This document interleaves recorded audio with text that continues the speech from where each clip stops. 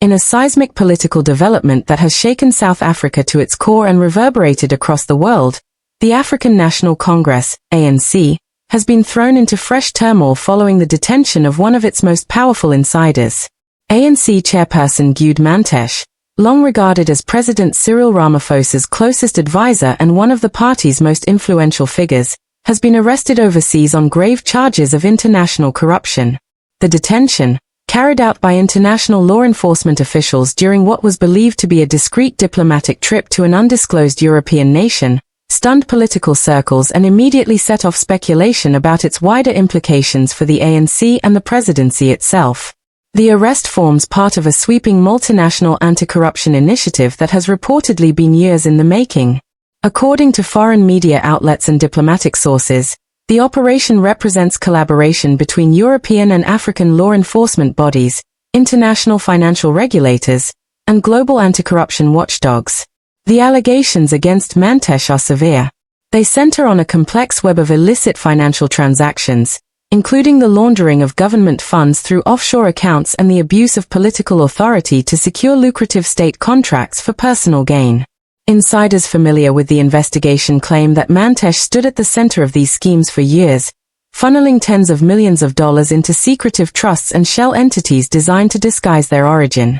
His arrest came suddenly, executed at a luxury hotel just moments before he was due to attend a high-profile energy conference alongside senior European and African officials.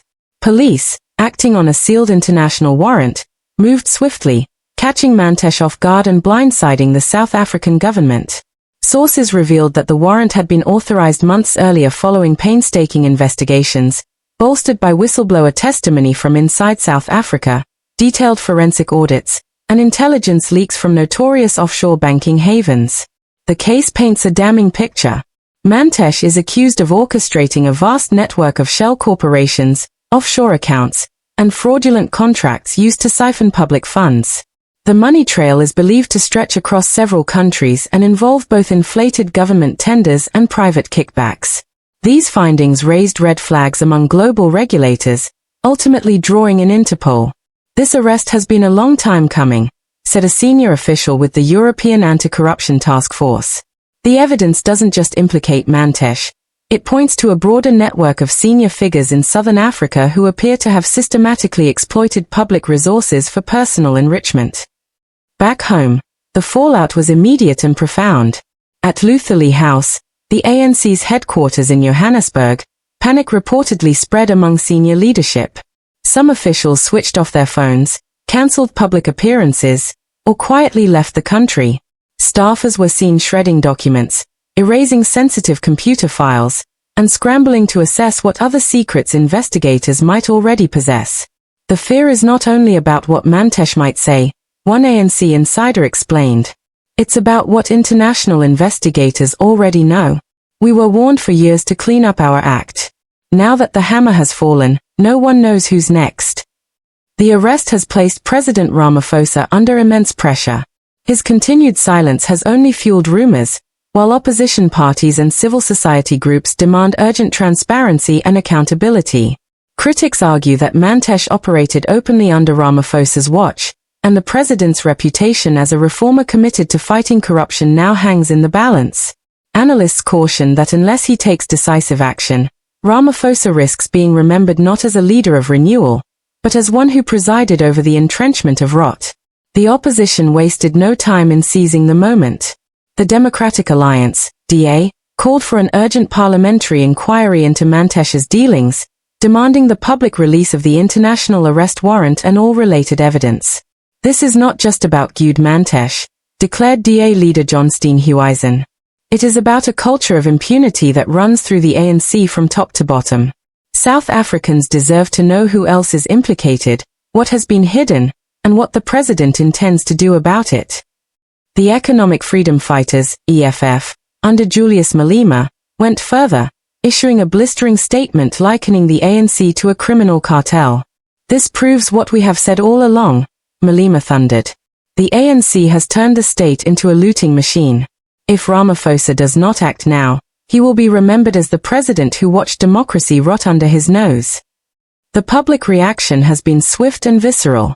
Demonstrations broke out outside Parliament and across major government buildings in Johannesburg, Pretoria, and Cape Town.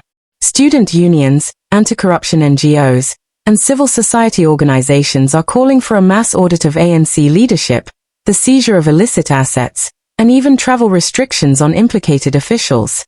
On social media, anger spilled over in real time. Hashtags such as #Mantashe arrested, #ANC exposed, and #corruption now trended for hours. "We are done watching them steal our futures," one user tweeted. "This arrest shows the world sees the rot. Now it's time for us to clean house." Legal experts believe the arrest marks only the beginning of a wider crackdown. Reports suggest that multiple sealed warrants exist against other figures connected to the same financial network, with international and South African prosecutors expected to intensify cooperation in the coming weeks. "This is not a one-off scandal," noted one legal analyst. "It's part of a global enforcement strategy against transnational corruption." South Africa is now clearly in the spotlight. Meanwhile, pressure is mounting on Ramaphosa to end his silence and act decisively. Political analysts argue that his legacy hinges on whether he can confront this crisis head-on or whether he will be consumed by what could become the most extensive corruption scandal of the post-apartheid era. Already, whispers are spreading through ANC ranks, with some doubting whether the president retains the moral or political authority to lead in the face of escalating internal and external pressure. What lies ahead is uncertain. But one truth is clear. With Gwede Mantashe's arrest, the ANC faces a reckoning that may determine not only the fate of its leadership but also the future of South African democracy itself.